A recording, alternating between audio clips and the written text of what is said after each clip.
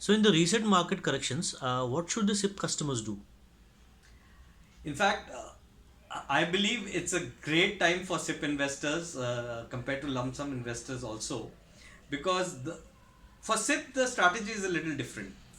In SIPs, the more the market is volatile, the higher the returns they make over the long term, right? But the key to understand is that the SIP investments have to be there for 5 to 7 years, minimum of 5 years. If you if the investors invest with any period below than that, they will be disappointed because these cycles will come and go. The real advantage of the SIP strategy is when the amount is invested over a long period of time, and the reason being is over the long period of time, as the markets are more volatile, uh, the average price comes down. So to give you an analogy, if today I was to offer you gold for an amount which is lesser than it was last week, and the same amount of gold, you will purchase that because I've offered you it at a low price because you're getting more units of gold. And same will be the case tomorrow, right?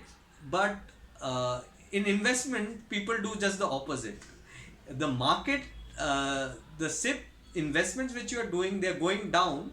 It's better for you in the long term because you are accumulating a lot of units, investment units, for a lesser price. So in the long term, the average price will even out, and but the market will be at the higher point from today, and the delta between the higher point when you exit and the average price will determine the real returns. In the short term, I'm happy if it is volatile. In fact, in my SIP portfolio, this current market, if the market corrects even further, I'm even more happier because I'll get a lot more units at a lower price, and that's what I'm looking for because I know that I'll be invested for the 5 to 7 years, and the market will be volatile in that time. I'm just hoping that it becomes even more volatile and I collect a lot more units, and so that at the end, like I mentioned, the average price is lower, and my at the high point when I exit after 5 to 7 years, that it will be high.